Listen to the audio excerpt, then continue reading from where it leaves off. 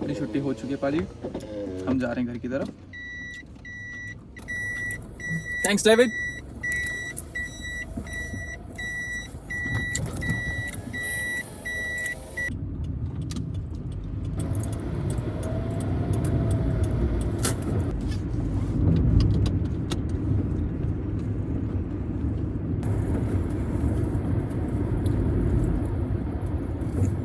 खैर मेरा हफ्ता सिर्फ 2 दिन का होता है, सैटरडे और संडे, क्योंकि ये मेरे फेवरेट है। इस दिन मैं अपनी क्लास में जाता हूँ, जो भी मैं हफ्ते में कमाता हूँ मंडे टू फ्राइडे काम करके, सैटरडे संडे में मैं अपनी वही सारा लगा देता हूँ सैटरडे संडे में। तो जैसे आज मेरी क्लास है 3 बजे, कल भी मेरी क्लास है। मुझे गाने सुनना बड़ा पसंद है, खासकर आजकल मैं मित्रास के गाने बहुत ज़्यादा सुन रहा हूँ। पता नहीं आप लोगों को पता है कि नहीं मित्रास के बारे में। खैर ये अच्छा गाने गाते हैं। अबे ओए भाई क्या कर रहा तू?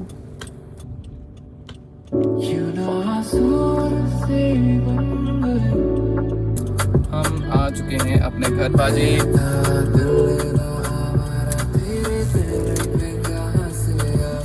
ये है हमारा प्यारा सा घर, house number 153।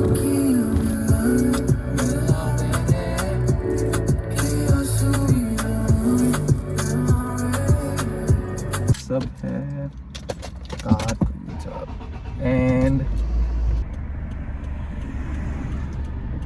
come on, let's do this.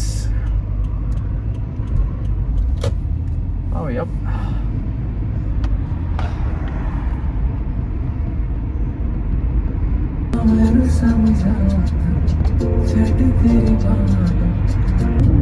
होता क्या है कि हम लोग जाते हैं, हमारे अलग से ब्रीफिंग रूम होता है, हर एक इंस्ट्रक्टर के अपने ब्रीफिंग रूम होते हैं। तो हम फ्लाइट से पहले पढ़ते हैं कि आज हम लोग क्या पढ़ने वाले हैं। जैसे आज मैं पढ़ने वाला हूँ अपनी बेसिक स्टॉलिंग, तो उसके बारे में हम लोग बात करेंगे। तो ये है मेरी academy Hawke's Bay and East Aero Club, जो कि बहुत ज़्यादा खाली और शांत लग रही है आज, क्योंकि मैं हमेशा सैटरडे और संडे को फ्लाइंग के लिए आता हूँ। और मोस्ट ऑफ द स्टूडेंट जो फुल टाइम स्टडी कर रहे हैं मंडे टू फ्राइडे, वो उनका ऑफ रहता है सैटरडे संडे। तो there is only 3 flying instructors. तो 3 फ्लाइंग इंस्ट्रक्टर्स हैं हमारे पास, दैट्स इट। और मुश्किल से 5 से 6 बच्चे होंगे हमारे पास जो सैटरडे संडे अपनी प्राइवेट पायलट लाइसेंस की प्रिपरेशन के लिए आते हैं। तो मैंने कीज़ और हेडसेट एयरक्राफ्ट के उठा लिए हैं, और ये देखिए कितना प्यारा एयरक्राफ्ट है, सीसना 172। मैं अपनी कमर्शियल पायलट ट्रेनिंग में यही उड़ाने वाला हूँ, और इसी का छोटा वर्जन, इसी का छोटा भाई है जो मैं उड़ाता हूँ, सीसना 152, जो कि है आपके सामने फॉक्सट्रोट इसकी किलो। मुझे इस एयरक्राफ्ट की अच्छी नॉलेज है, और मुझे पता है मैं अपनी कमर्शियल पायलट ट्रेनिंग में भी 172 ही उड़ाने वाला हूँ। So it's a good practice for the future. पहले मैं उड़ाता था PA-38, जो एयरक्राफ्ट आपके सामने खड़ा है बिल्कुल, जो आप देख सकते हो। और end up flying this aircraft Cessna 152। आगे भी कमर्शियल पायलट ट्रेनिंग में मैं अपना C-172 ही उड़ाने वाला हूँ, तो PA-38 थोड़ा मुझे जचा नहीं। हम लोग क्या करते हैं, प्री फ्लाइट इंस्पेक्शन में एयरक्राफ्ट की बैटरीज ऑन, सारी लाइट्स ऑन कर देते हैं, क्योंकि हमें चेक करना है कि सब कुछ प्रॉपर तरीके से काम कर रहा है कि नहीं कर रहा। और फ्लैप्स कर देंगे हम लोग डाउन। और अभी मैं जाता हूँ फटाफट लाइट्स चेक करके आता हूँ एयरक्राफ्ट की।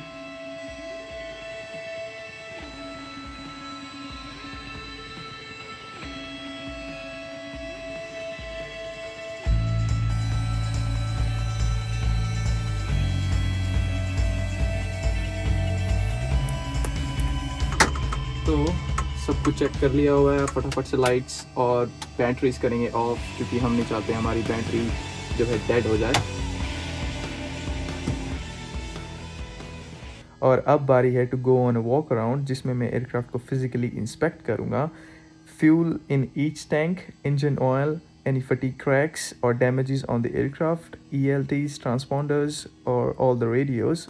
और ये सभी रिपोर्ट जाती हैं हमारे फ्लाइंग इंस्ट्रक्टर्स को। So for this flight we took 29 liters on the right hand side and 39 liters on the left hand side. I know what you guys be thinking about the weight and balance of this aircraft. So it's a small single piston aircraft, but the case will be different if we flying a big commercial jets. So it's just a small aircraft. Class हो चुकी है ख़त्म। Sorry मैं नहीं बना पाया aircraft में, थोड़ा हम लेट हो रहे थे। और अब हम करेंगे सभी एयरक्राफ्ट्स को बाय बाय। तो आज के लिए आप लोगों से मैं क्षमा मांगना चाहूँगा कि मैं कॉकपिट में कैमरा नहीं सेट कर पाया, क्योंकि मैं भी बिज़ी था और टाइम बहुत ज़्यादा कम था मेरे इंस्ट्रक्टर के पास भी और मेरे पास भी। गाइस, क्लास ख़त्म हो चुकी है, घड़ी में 5:30 बज चुके हैं और मैं जा रहा हूँ घर वापस। और अच्छा था आज का दिन, टेक ऑफ, लैंडिंग और बेसिक स्टॉलिंग रिवाइज की। एंड देन हमने आज ही पावर एंड फ्लैप स्टॉलिंग भी कर ली, क्योंकि दोनों सिमिलर हैं और मेरे इंस्ट्रक्टर ने बोला कि नहीं यार, दोबारा फिर क्यों ही करना, दिस सेम चीज़ है, तो हम एक ही क्लास में दोनों लेसन कंप्लीट कर देते हैं। तो दोनों लेसन डन एंड डस्टी। अब अगला जो मेरा लेसन है वो है सर्किट इंट्रोडक्शन, जो कि है कल 10 बजे। और आज तो मैं कैमरा नहीं सेट कर पाया कॉकपिट में, बट मैं पूरी कोशिश करूँगा कि कल टाइम से जाके पहले ही कॉकपिट में कैमरा सेट कर दूं, ताकि इंस्ट्रक्टर्स का टाइम वेस्ट ना हो और ना मेरा टाइम वेस्ट हो। मेरा तो क्या ही टाइम वेस्ट हो, बट इंस्ट्रक्टर्स का टाइम ना वेस्ट हो। उनका टाइम बहुत ज़्यादा प्रीशियस है, हम लोगों से तो ज़्यादा ही, खैर मेरे से तो ज़्यादा ही प्रीशियस टाइम है उन लोगों का। और दैट्स इट, आज के लिए इतना ही। और मैं घर जाके बात करूंगा बेसिक स्टॉलिंग के बारे में आज, और पावर एंड फ्लैप स्टॉलिंग के बारे में कि क्या हुआ, क्या पढ़ाया गया और क्या था, क्या चीज़ नहीं करनी और क्या चीज़ करनी है। मेरा फेस शाइन कर जाता है जब मैं एकेडमी में लैंडिंग्स और टेक ऑफ खुद से करता हूँ। यार हम सीखने तो जा रहे हैं वहाँ पे, और इंस्ट्रक्टर्स अगर खुद से ही पूरी कमांड ले लेंगे एयरक्राफ्ट की, नहीं वही खुद से करी जा रहे हैं, दिखाए जा रहे हैं, तो फिर फायदा क्या। देख तो हम यूट्यूब पे भी सकते हैं ना भाई, लेकिन मेरे इंस्ट्रक्टर बहुत अच्छे हैं।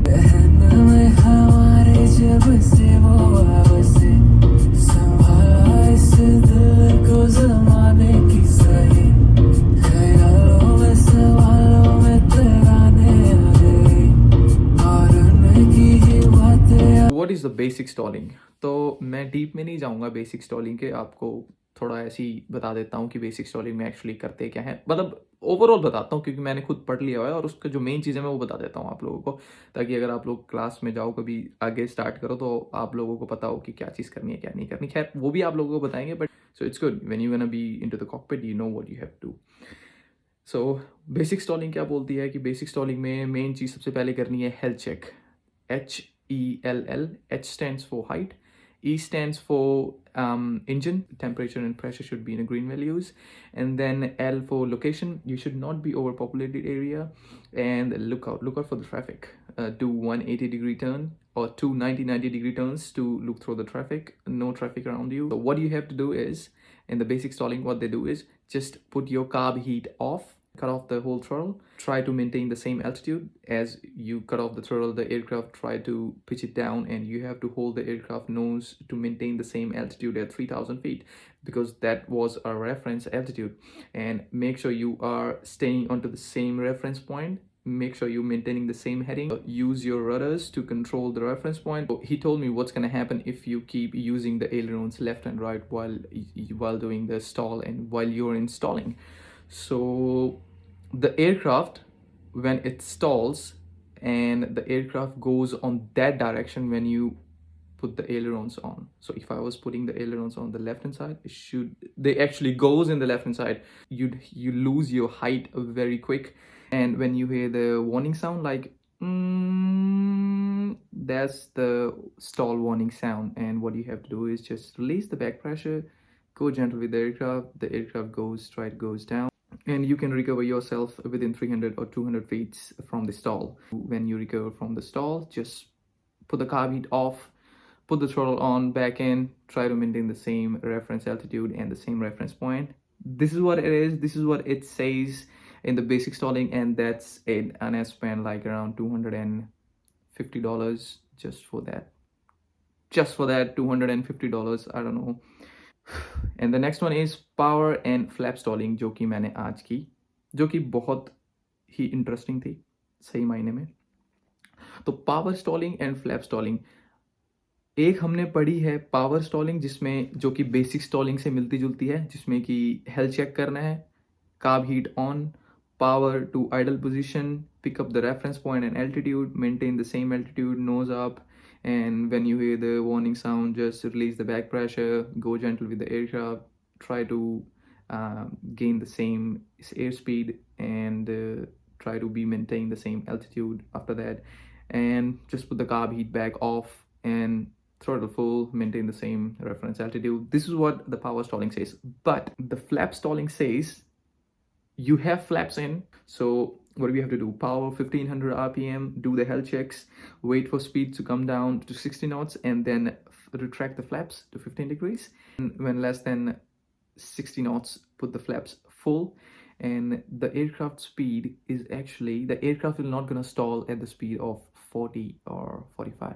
It's gonna take too much time because we got flaps in, and the stall speed would be 29 knots. It is the aircraft will fly very slow. It just like stays on the same position when you're flying that, but it's not gonna stall because of the flaps, and we got some power in to maintain the same altitude. And stall warning goes like and then what you have to do is just release the back pressure, easy, gentle, and carb heat off, push the throttle full in, try to maintain the same altitude and reference point, and that's it. Bang, you recover from the flap stalling. This is what it is, and I spent $290 today just for these two things. I know it's very expensive. This is what it is. That's why aviation is very expensive, bro. And this is what it all about, the power and flap stalling. What you should not do when you doing your exercise. Don't use your ailerons because it's gonna make you in trouble. This is what my flying instructor keeps saying me, don't use your ailerons. It is what it is, and I probably spent $500 just to learning these things into the air, how to recover that. But that's actually worth it. I actually learned things from that. The next one we have is circuit introduction. That is one of the interesting lessons. I was waiting for that from past 3 months to be onto the circuit introduction, because what we have to do in that, हम लोग क्या करते हैं इस lesson में, follow करते हैं airport के सर्किट पैटर्न को। अब पूरी चीज़ें तो कल पता लगेंगी, और मैं कल आप लोगों को बताऊंगा इसकी पूरी कहानी क्या है इसके पीछे, और देखते हैं कल कितने पैसे खर्च होते हैं इस सर्किट इंट्रोडक्शन के पीछे। आज के लिए इतना ही बॉस।